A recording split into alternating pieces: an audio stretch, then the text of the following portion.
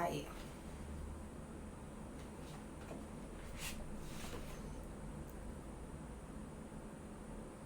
Bom dia, Pri. Bom dia, gente. Tudo bem? Boa noite. Aqui pra mim é bom dia, né? Mas pra vocês aí no Brasil é boa noite. Tudo bem com vocês? Bom, eu vou aproximar um pouco mais o meu celular, senão não vou enxergar nada. Esqueci de pegar meu óculos. Hoje a gente vai conversar sobre as crenças por trás do comportamento. A gente vai aprender a identificar. Vou compartilhar uma foto com vocês, tá?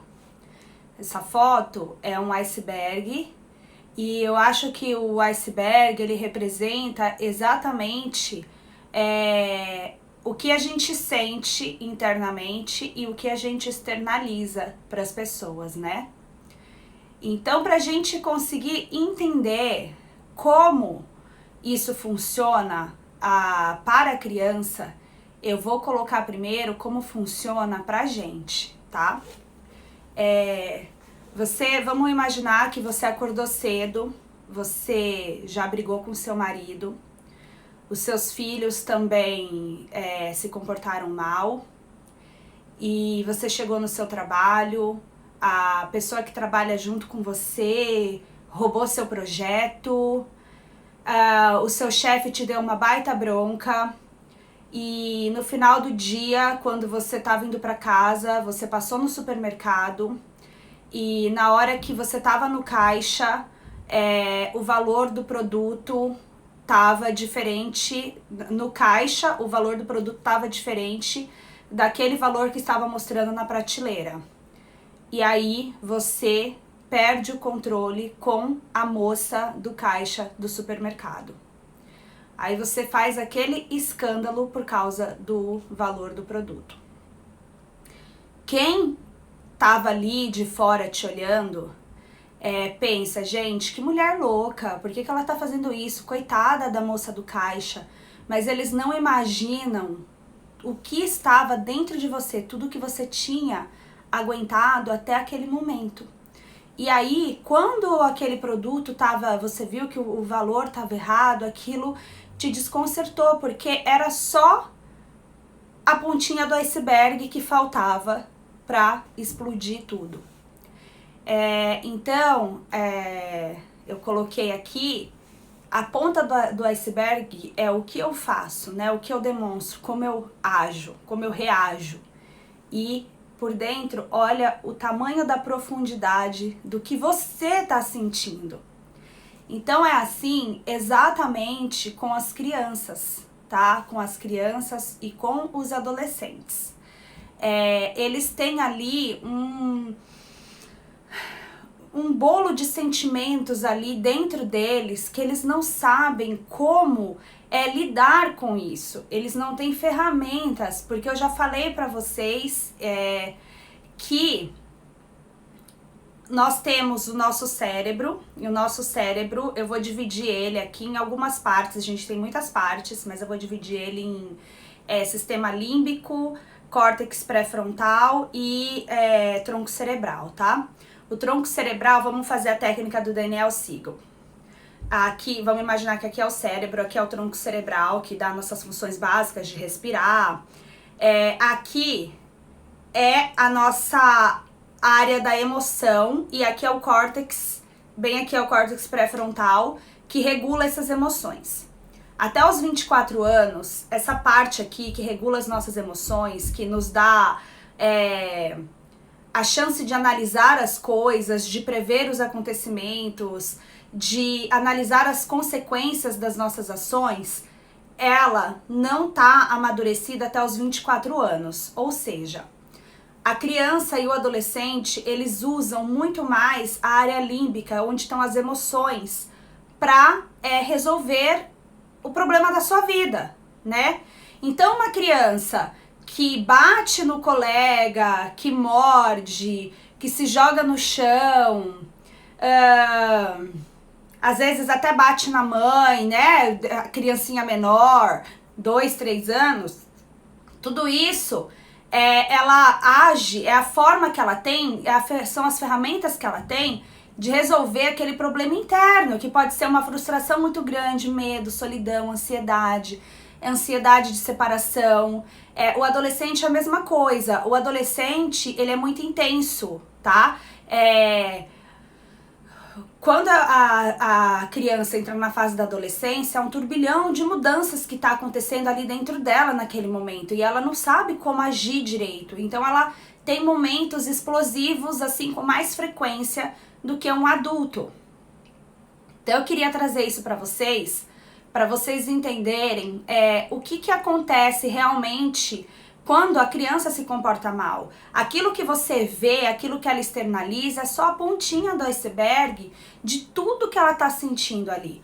Por isso que é importante a gente ter um olhar além, né, do comportamento. E o que a gente chama das crenças por trás do comportamento. A gente precisa entender o que a criança está pensando, o que ela está imaginando, que tá fazendo ela agir daquela forma. E aí eu trouxe para vocês o quadro do Objetivo Equivocado. Eu peguei o livro da Disciplina Positiva para Adolescentes, porque esse quadro, ele tá muito mais completo aqui nesse livro. Então eu, trouxe o livro aqui para me auxiliar. Rudolf Dreikurs, ele separou os objetivos equivocados em 4. Neste livro aqui, para adolescentes, ele adicionou mais um, que eu achei o máximo, explica muita coisa. E quando ele fez isso, as pessoas perguntaram assim para ele: como que você consegue colocar as crianças dentro dessa caixinha, né? E aí ele falou assim: eu não coloco elas dentro, eu encontro elas aí, eu resgato essas crianças dentro dessas caixas, dentro desses 4 objetivos equivocados que ele separou. Então, antes de começar a falar dos objetivos, eu vou explicar como funciona. Ele separou em 4, que são atenção indevida. Deixa eu pegar aqui. Pera lá. Atenção indevida, poder mal direcionado, vingança e inadequação assumida. E aí aqui nesse livro ele colocou mais um, que é a busca pelo prazer do adolescente. A gente vai falar sobre isso. Se você é mãe ou pai de adolescente, fica aqui, porque o 5º objetivo equivocado, ele é muito importante pra gente entender essa fase da adolescência. Se você conhece mãe ou pai de adolescente, compartilha essa live, marca ele aqui pra ele assistir. Então, são 5 objetivos equivocados. Como que a gente descobre qual é o objetivo da criança? De acordo com a forma como nós nos sentimos com relação a isso. Então eu vou falar sobre o primeiro objetivo, que é a atenção indevida. Então, o objetivo da criança, quando ela tá tendo a atenção indevida, é manter as pessoas ocupadas com ela, né? Para conseguir um tratamento especial. Ela quer um tratamento especial, um tratamento diferenciado.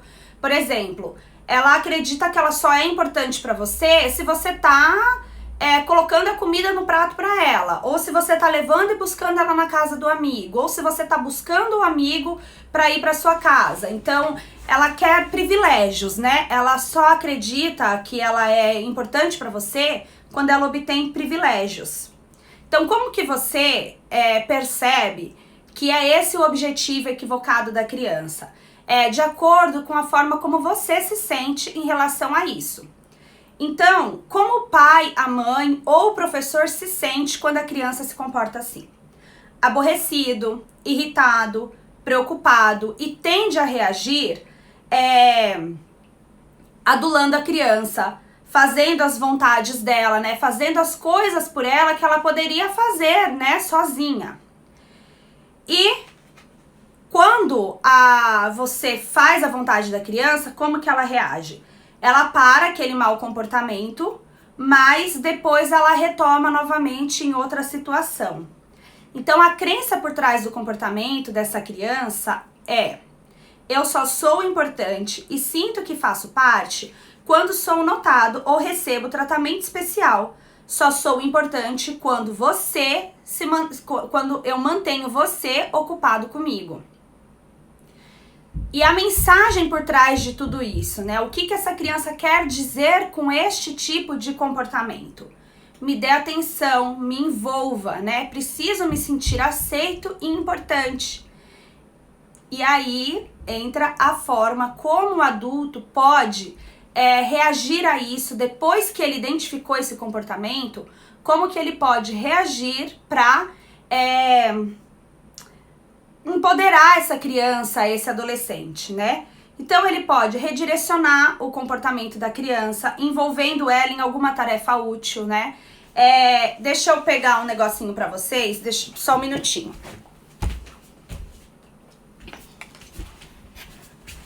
Quando as crianças são menores, elas querem muito a nossa atenção, né? Às vezes a gente tá no telefone, a gente tá, sei lá, fazendo comida ou fazendo algum trabalho e a criança, ela quer a nossa atenção. Então, o que você pode fazer? Você compartilha o poder com a criança um pouco, né? Você mostra, você dá alguma utilidade para ela naquele momento em que você não pode atender a criança. Uma das ferramentas que eu uso, deixa eu tirar esse negócio, tá pendurado. Como que chama esse negocinho? Esqueci o nome em português. Isso aqui.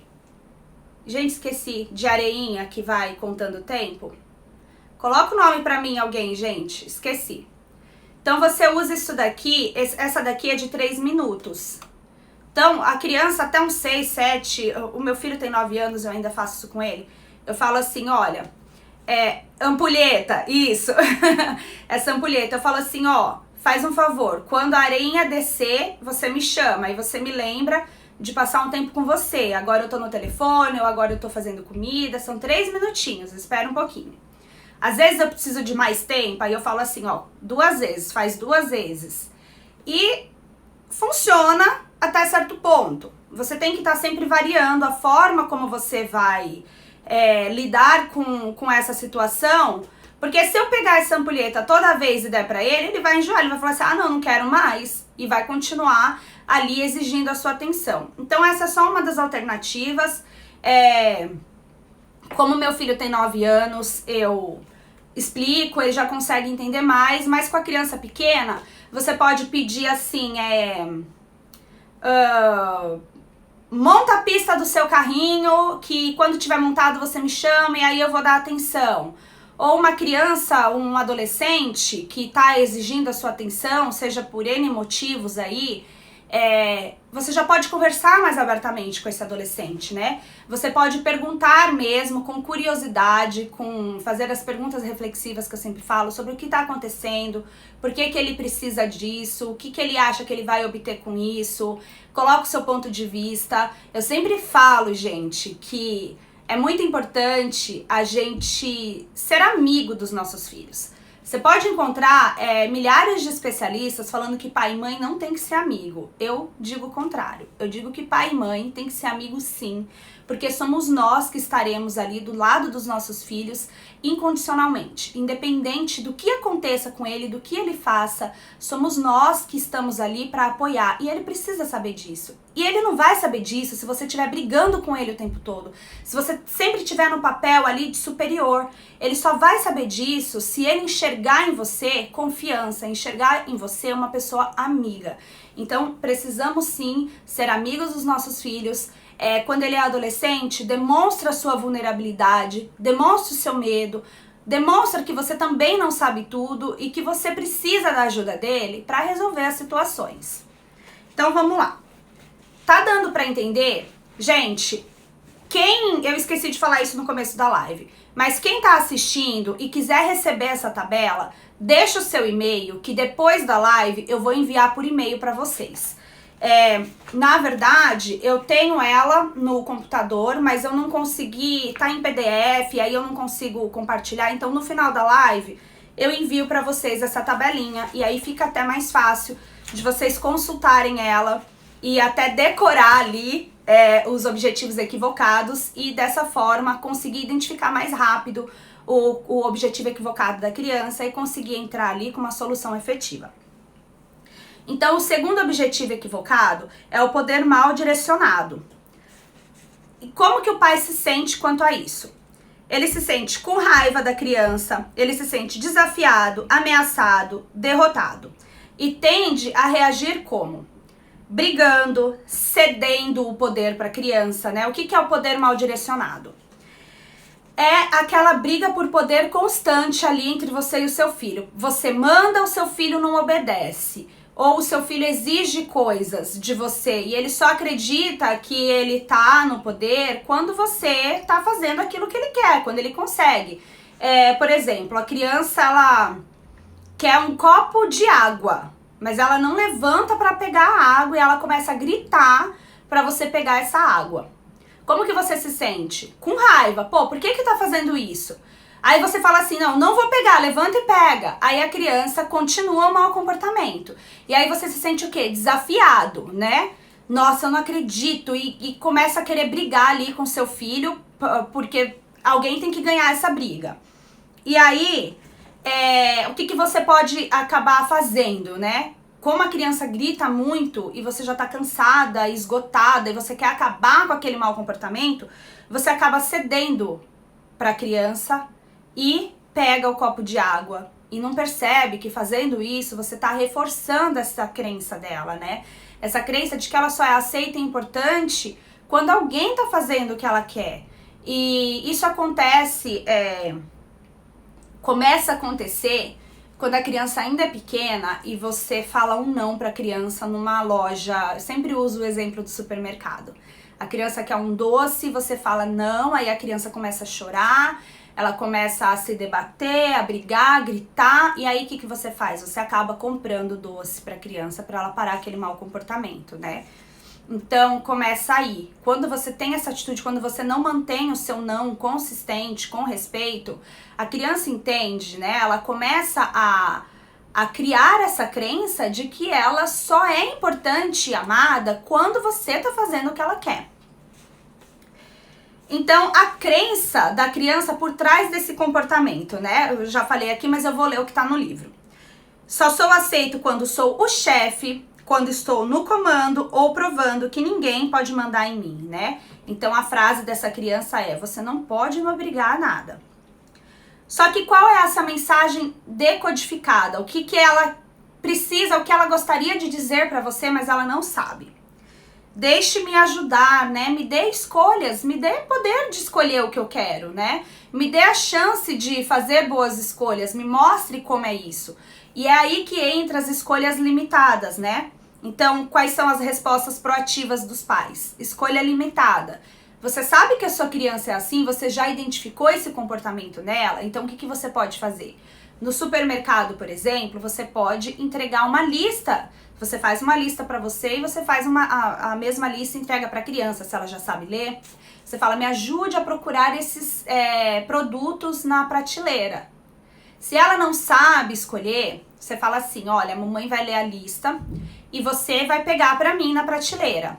Se é um adolescente, você pode convidar ele a ir no supermercado, ou às vezes eles não gostam muito, mas de repente ele quer fazer uma comida, alguma coisa diferente, então você fala assim, alguma coisa para os amigos. Então você fala, vai se reunir para jogar um videogame, e aí você fala assim, então vou te entregar a lista, vamos fazer a lista juntos do que precisa ser comprado, e aí você vai no mercado comprar, aí você dá o dinheiro, e isso a criança já aprende o valor das coisas, né, a controlar o dinheiro. Enfim, tem uma infinidade de formas de você trabalhar isso. Então, a escolha, eu gosto muito da escolha limitada, por quê? Exemplo do supermercado. Os meus filhos, eles vão comigo quase todo final de semana no supermercado, porque a gente mora no Japão e eu não gosto de deixar as crianças sozinhas. Então eles chegam lá e quer tudo, né? Criança quer tudo, principalmente se vai com fome. Então uma dica, dá comida para essas crianças antes de ir pro supermercado. E aí eu uso muito isso com os meus filhos, eles escolhem um doce, aí depois a gente passa em outra prateleira e eles escolhem outra coisa. Eu falo assim, ó, você quer esse ou esse? Decide, só pode levar um. Aí eles trocam, aí vai pra outra prateleira e já vê outra coisa, aí troca de novo. Mas eles entenderam que são escolhas, né? A gente precisa fazer escolhas. E antes de sair de casa eu também já converso um pouco. Então, escolha limitada é essencial, né? A sua criança, ela ganhou um tênis novo e ela quer ir com esse tênis novo, só que esse tênis pra escola, só que esse tênis você gostaria que ela deixasse pra sair. Então você fala assim, olha filha, esse tênis é pra sair, você pode escolher entre esses outros 2 tênis, o rosa ou o cinza, qual que você quer? Então, com isso você divide o poder com a criança, né? Você dá a chance para ela de fazer as suas próprias escolhas, mas é lógico, dentro ali da limitação. Não é ideal que você dê grandes escolhas para a criança, como por exemplo, você quer ir para a escola hoje ou não? Não, isso não é uma escolha, né? A criança pode dizer que não quer ir para a escola, mas aí entra o seu não consistente, né? Com respeito. Fala, não ir pra escola não é uma opção, você tem que ir. Tá dando pra entender, gente? Se estiver ficando confuso, me fala aqui. Então eu vou ler aqui o que tá no livro. Redirecione a criança para o poder positivo, pedindo ajuda a ela ou ao adolescente, ofereça escolhas limitadas, não brigue e não desista da criança. Afaste-se do conflito, né? Se a briga tá muito intensa, você pode pedir uma pausa positiva. Fale menos, né? Às vezes a criança tá lá insistindo e você quer mostrar racionalidade ali pra criança, só que isso não funciona, porque ela é muito mais emocional. Então, o que você pode fazer? Fale menos, né? Fala, olha, eu vou parar um pouquinho, vamos respirar, depois a gente volta a conversar. Crie rotina, sempre falo, a rotina ela é importante para todo mundo, a rotina ela é importante para o adulto, ela é importante para a criança, ela é importante para o adolescente, porque a rotina ela nos dá os pontos principais do que a gente precisa fazer, ela nos dá as ordenadas, né? Então cria ali a rotina e deixa que a rotina seja o chefe. Quando você faz um quadro de rotinas e deixa na parede, por exemplo, você pode falar assim, olha, o que o quadro tá falando pra você fazer agora? Agora acho que é a hora do banho. A criança vai lá olhar, falar, realmente é a hora do banho. Então, assim, são ferramentas que elas vão funcionar uma hora, outra hora não vai funcionar e aí você usa outra. Por isso que eu falo, a gente precisa ter um arsenal de ferramentas boas ali pra saber usar em cada situação. Então, acalme-se, né, que é a pausa positiva, trabalhe o respeito mútuo. Você acha, às vezes, que a criança tá sendo desrespeitosa com você, e aí você quer impor a força ali, gritar, e com isso você acaba sendo mais desrespeitoso ainda. Promover as reuniões de família ou de classe, eu já falei isso, eu tenho alguns posts aqui. Para quem tá lá na minha lista de transmissão, eu já mandei um PDF de como fazer essas reuniões familiares, então isso é muito importante, tá? E aí vamos para o terceiro objetivo, que é a inadequação assumida. Até agora a gente falou do poder mal direcionado e da vingança, tá? Esses 2 objetivos equivocados, quando a criança ela tem esse comportamento, ainda ela tem um senso de pertencimento, né? Porque ela acredita que ela é amada, né? Mesmo que ela tenha alguns objetivos equivocados para isso, ela ainda acredita que ela é amada. Quando a gente fala da inadequação assumida e do quarto objetivo equivocado, que é a... Cadê o quarto? Pelo amor. Da inadequação assumida e da vingança, desculpa, a inadequação, gente, que difícil essa palavra. Inadequação assumida, ela é o quarto objetivo equivocado e a vingança ela é o terceiro. Nesses 2 objetivos, a criança ela já não tem um senso de pertencimento. Então a gente precisa ter um olhar mais empático para quando a criança se comporta assim, porque essa criança, ela tá meio que desistindo, né? Ela desiste de se sentir aceita e aí só sobra para ela se vingar ou desistir. Quando eu falo vingança, não é que a criança planeja um plano ali, um mirabolante para se vingar de você, não. A criança, ela quer apenas te machucar para que você sinta o que ela tá sentindo. Então, na verdade, essa criança, ela tá se sentindo muito machucada por alguma razão. Então, vamos lá. O terceiro objetivo equivocado, vingança. Como o pai se sente quando a criança, ela se comporta de forma que machuca o pai e a mãe? Magoado, decepcionado, descrente ou ressentido, tá? E como que os pais, eles tendem a reagir quanto a isso? retaliando, né? A criança tem um comportamento ali e o pai pune a criança, ou bota de castigo, ou envergonha a criança, né? Na frente de outras pessoas, começa a falar do comportamento dela, comparar ela com outras pessoas, fala assim, vê se seu amigo tá fazendo isso. Só você tá falando assim, só você quer ficar mais tempo, todo mundo ali tá indo embora com o pai e com a mãe, só você. Então você constrange a criança e aí você pensa, né, como que você pode fazer isso comigo, né? Eu faço tudo por você, eu dou tudo pra você e você ainda se comporta assim. E aí, qual é a resposta da criança ao seu comportamento? Para vocês verem que isso não tem fim, né? Se você não identificar e não entrar ali com a solução, não tem fim. Então a criança, ela faz mais retaliação, ela intensifica o mau comportamento ou ela começa a escolher outros comportamentos, ela vai piorando ali, né? Se ela tá só respondendo pra você, ela começa a gritar, ela começa a, sei lá, bater no colega, enfim, é sem fim, não tem fim esse negócio. Então, qual é a crença por trás do comportamento da criança ou do adolescente? O que ele sente ali que ele não consegue expressar? Eu não acho que sou aceito, eu não acho que os meus pais gostam de mim, eu faço tudo errado.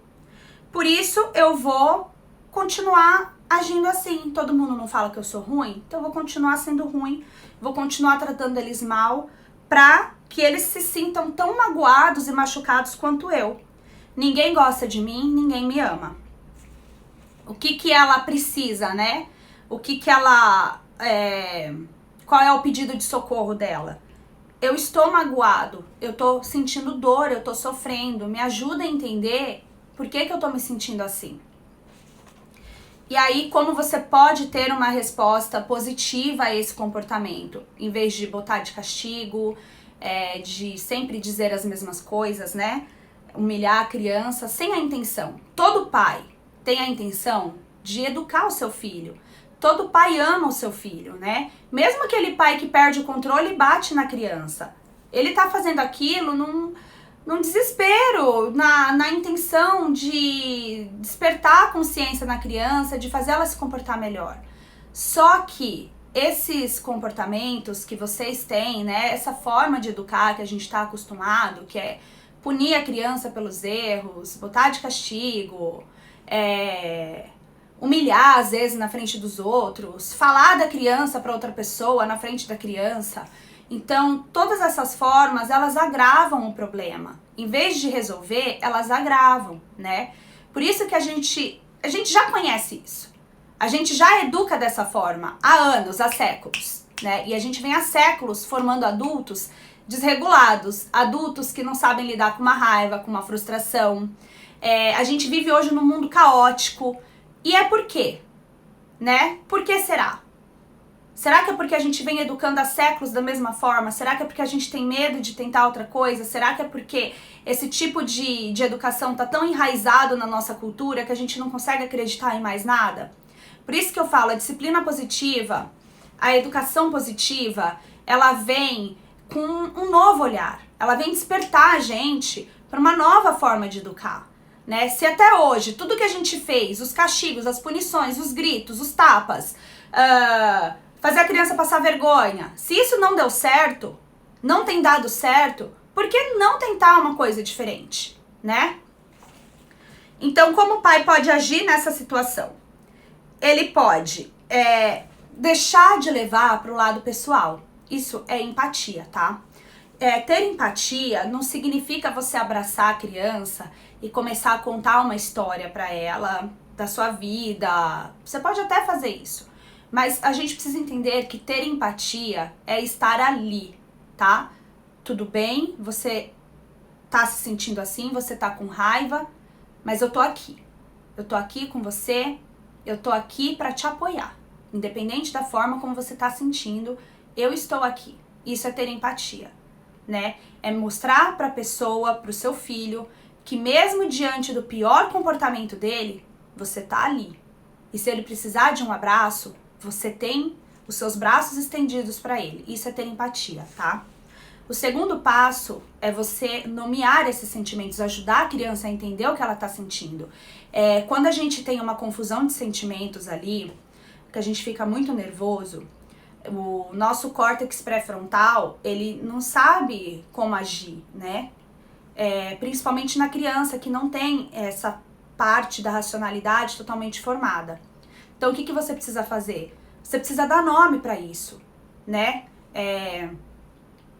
Por exemplo, ontem eu fiquei nervosa porque eu tenho alguns problemas de saúde, e aí eu fico inchando direto, e às vezes eu tô 3, 4 quilos acima do meu peso, e quem é mulher sabe que a maior vulnerabilidade da mulher é o seu corpo, né? É a apresentação do seu corpo.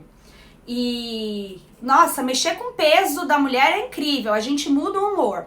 Então ontem eu fiquei desconectada quando eu vi que eu estava completamente inchada e eu comecei a descontar nas crianças. As crianças falavam comigo, como eu já estava irritada, eu dava umas respostas secas. E aí eu percebi, né, eu lembrei disso, eu comecei a nomear o que eu estava sentindo. E aí eu pensei, eu estou me sentindo assim por causa disso, e tudo bem, eu posso me sentir assim por um momento, é normal, esse sentimento não vai durar para sempre, mas descontar nos meus filhos não é legal, não é o correto. Eu preciso encontrar outra forma de fazer, de externalizar esse sentimento ruim e fazer ele dissipar, ir embora. E aí o que eu fiz? Eu convidei meus filhos para andar de bicicleta e a gente foi lá, fui gastar essa energia negativa que estava em mim, andamos 1 hora de bicicleta, quando eu cheguei em casa eu estava melhor.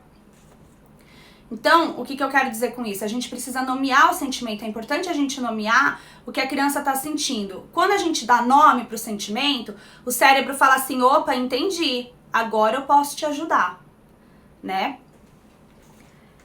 E deu para entender, gente? Vocês estão conseguindo entender? Me fala alguma coisa, pelo amor de Deus. Deixa eu ver se tem algum comentário. Lembrando que quem quiser receber esse quadro do Objetivo Equivocado em PDF, deixa o seu e-mail aqui que eu envio para você, tá bom? Então vamos lá. O quarto objetivo equivocado é a inadequação assumida. Então a criança ela desiste para não ser incomodada. Por exemplo, é uma criança uma adolescente que não faz muito serviço de casa, né? Ela não tem aquela noção assim, opa, tem uma louça pra lavar, vou lá lavar a louça pra minha mãe. Não, ela não tem essa noção. E aí as pessoas ficam o tempo todo falando assim, essa menina é folgada. Pô, que menina folgada. 15 anos, não faz nada em casa, não sabe lavar um copo. Que é isso? Então você tá sempre ali criticando a criança, colocando ela pra baixo. Eu já vi pais chamando o filho de lixo humano. É chocante, mas acreditem, acontece. Né? Lixo humano. O que uma criança decide quando você xinga ela disso? O que ela começa a acreditar? Que ela é mesmo um lixo, que ela não presta pra nada. E aí o que ela faz? Ela desiste. Pô, se eu sou um lixo, então me deixa em paz. Me deixa ser um lixo sozinha, né? Por isso que eu sempre falo pros pais, perceba as palavras que você fala. Na hora da raiva, a gente pode falar muita coisa que a gente nem sente, que a gente vai se arrepender depois. Então, já que a gente já sabe disso, vamos pular essa parte, vamos evitar xingar os nossos filhos, vamos evitar criticar os nossos filhos, vamos tratar os nossos filhos como as pessoas, como se eles já fossem as pessoas que a gente acredita que eles podem ser, né? Então vamos tratar os nossos filhos com mais respeito, vamos tratar os nossos filhos com dignidade, vamos usar o mesmo bom senso que a gente usa para falar com um adulto, né? A gente não sai por aí xingando os outros de lixo humano, então por que a gente vai xingar os nossos filhos? Esse é só um exemplo, tá? Mas eu já vi coisas piores, né? Chega pais pra mim, às vezes eu converso com o pai, eu converso com o filho, e a percepção do pai e do filho é completamente diferente, gente. Aquilo que o pai fala, né, aquilo que as pessoas falam não tem impacto para quem falou, tem impacto para quem ouviu. Então, às vezes eu pego criança, adolescente principalmente, que tá um caco. A gente precisa prestar atenção, nós já fomos adolescentes. A gente já foi criança, a gente já foi adolescente, a gente sabe o que a gente passou, a gente sabe o quanto é ruim se sentir desrespeitado. E apesar de ser meio que automático a gente cometer os mesmos erros que as pessoas cometeram com a gente na nossa infância, na nossa adolescência, vamos ter essa consciência, vamos lembrar disso, vamos parar um pouquinho. A gente não precisa sempre dar a resposta de imediato para a criança. A gente pode parar e pensar, nem que for por 5 segundos, 3 segundos, né? Eu fiz um vídeo aí, falando da ferramenta 1, 2, 3, que quando a criança tem um mau comportamento, você não precisa agir na hora. Pensa, né? Faça 3 perguntas pra você. Por que meu filho tá agindo assim? O que eu preciso fazer e como eu vou fazer, né? O que eu preciso ensinar e como eu vou ensinar isso. Quando você já se faz essas 3 perguntas, o seu modo, ele muda, né? Ele muda de reativo pra eficiente, agir com eficiência. Então a gente precisa pensar nisso. Então, o quarto objetivo, inadequação assumida. Então, como que o pai se sente quando o filho se comporta assim? Desesperado, incapaz, impotente, inadequado. E tende a reagir desistindo mesmo, deixa a criança ali, você critica, mas aí você vai e faz por ela, ou pela criança ou pelo adolescente, e acaba fazendo, né, ajudando além do necessário. E aí a criança, ela acaba crescendo se achando incapaz, né? Ah, não vou fazer essa faculdade porque eu não sou bom o suficiente para prestar vestibular. Exatamente, Paty, inadequado, impotente. Então a criança, ela não acredita na sua própria capacidade, ela sempre vai fazer aquilo que ela julgar mais fácil, né? Porque ela não acredita que ela pode ir além.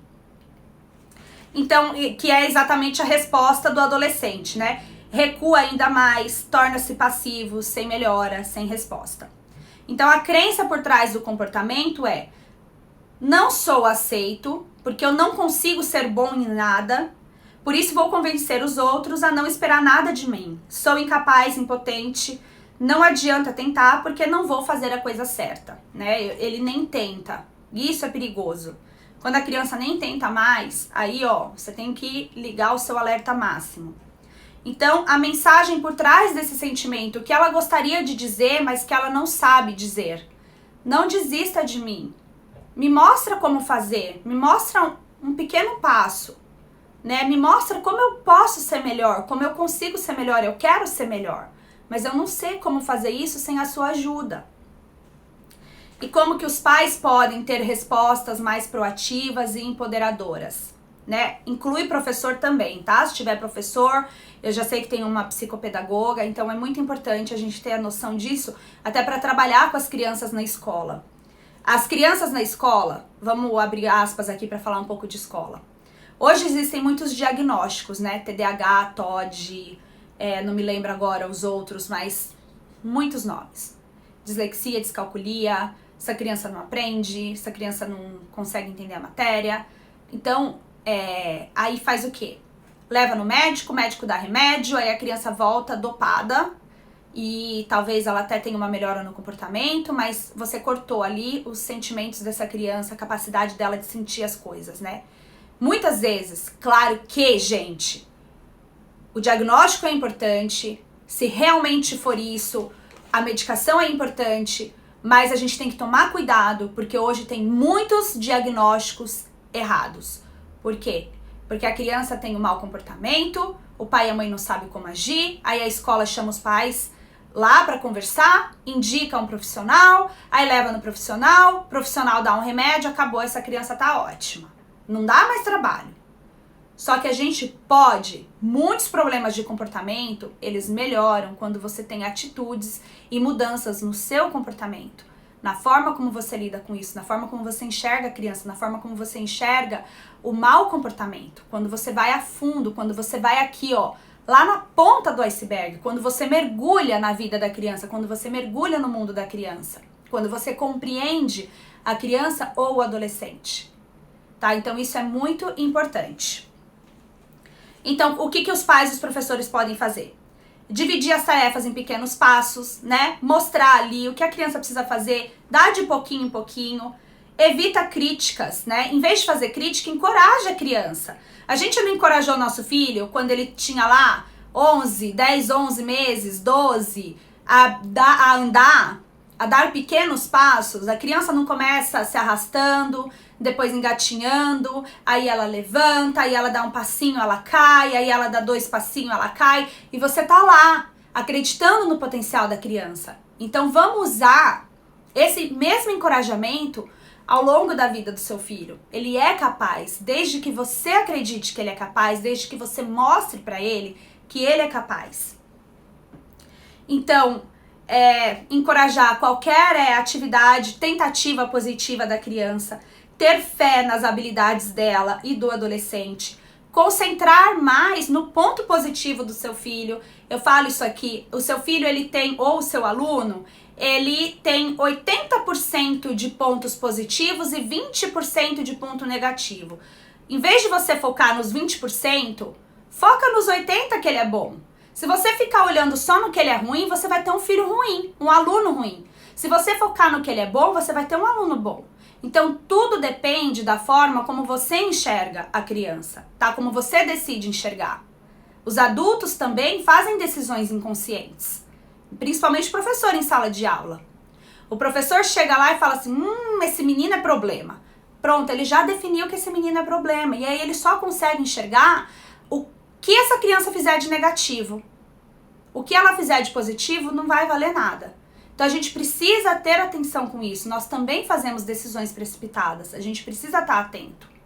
Eu vi um comentário da Flávia Pereira, do Pais Ajudam Pais. Ela fala assim, quando a criança se comporta mal, a gente fica tentando caçar por que ela tá fazendo isso, né? A gente fica focando só na criança, a gente esquece de focar na gente também. Então, às vezes, a gente tá desconectado. E aí, o nosso olhar já tá negativo para qualquer coisa que a criança fizer. Então, muitas vezes, não é culpa da criança, né? Não é a criança que está agindo, é você que tá desconectado por algum motivo. Igual o meu exemplo que eu dei. Eu já estava desconectada e tudo que meus filhos falavam eu já levava lá pro lado pessoal e negativo, né? Então eu queria discordar. Eu tava com raiva e eu queria jogar minha raiva pro mundo. Então a gente precisa estar atento a isso. Então, ensinar habilidades, né? Mostrar como faz, não fazer pela criança e aproveitar o tempo que você tem do lado do seu filho, né? Isso é o tempo de conexão. Quando a gente se mantém conectado com a criança, a gente fica bem, a criança fica bem. E aí tudo fica bem também dentro da família e da escola. Aí vamos para o último objetivo equivocado. Este objetivo eu achei fenomenal porque ele tá nesse livro do adolescente. Os livros da disciplina positiva, eu gosto, apesar de ser a mesma abordagem, eles têm um foco diferente para cada situação. Então esse do adolescente, ele fala aqui a busca pelo prazer, né? Por quê? Porque o adolescente, eu vou explicar mais ou menos e bem rápido, porque a gente pode fazer uma live só disso. O adolescente, nós produzimos dopamina, né? Dopamina é o neurotransmissor do prazer, da recompensa. O adolescente, quando ele entra nessa fase, o nível de dopamina dele cai. Então ele precisa buscar isso, né? Ele precisa buscar essa dopamina. E como que ele busca? De formas arriscadas, né? Ele busca às vezes no álcool, nas drogas, ou fazendo coisas perigosas, dirigindo em alta velocidade. Ele precisa dessa sensação de prazer. Então, eu vou ler rapidinho. A busca pelo prazer leva os adolescentes a ir atrás de novidades, riscos e sensações intensas. Adolescentes desencorajados buscam prazer de formas negativas, às vezes para se mostrar. Então aí entra a atenção indevida, ou às vezes pela sensação de poder, que entra o poder mal direcionado, às vezes para se vingar de sua falta de confiança nos pais, vingança, e eles se sentem tão desesperados que não faz sentido tentar qualquer outra coisa a não ser essas coisas perigosas, inadequação assumida. Então essa busca pelo prazer do adolescente, ela se funde com todos esses outros 4 objetivos. Então a gente precisa estar atento. Como que a gente melhora essa produção de dopamina no cérebro do adolescente, de forma segura. Leva ele para fazer atividades radicais. Eu sei que no Brasil tem um problema chamado dinheiro, as coisas são caras, né? Diferente do Japão e de outros países que eu já conheci, onde tudo é acessível a todos. No Brasil tudo é muito caro, né? Isso é incrível, tinha que mudar. Mas sempre que você tiver a oportunidade, leva o seu filho para fazer uma trilha, convida os amigos dele, sei lá, pescar de barco, apesar de eu achar que pescar é chato, mas quando você tá lá no meio do mar é diferente, né? A adrenalina sobe e aí você tem a dopamina também. Então, procura coisas ali que vão fazer a criança, o adolescente se sentir vivo, né? Se sentir bem. Aí é com você. Você pode pedir pro seu filho fazer uma lista do que ele gostaria de fazer e depois vocês analisarem preço, custo das coisas e aí escolher algumas atividades por mês. Às vezes andar de skate, né? Tem parques, eu moro em São Bernardo, tem acho que o maior parque da América Latina, se eu não me engano, de skate é lá, então é gratuito. É muito legal, a gente tem muitas opções, basta a gente ter um olhar empático e decidir ajudar os nossos filhos, decidir compreender, em vez só de querer que eles nos obedeçam. Então, gente, essa foi a live. Deixa, quem quiser, deixa o e-mail aqui para receber esse quadro de objetivos equivocados. Eu mando para vocês por PDF. Então é isso.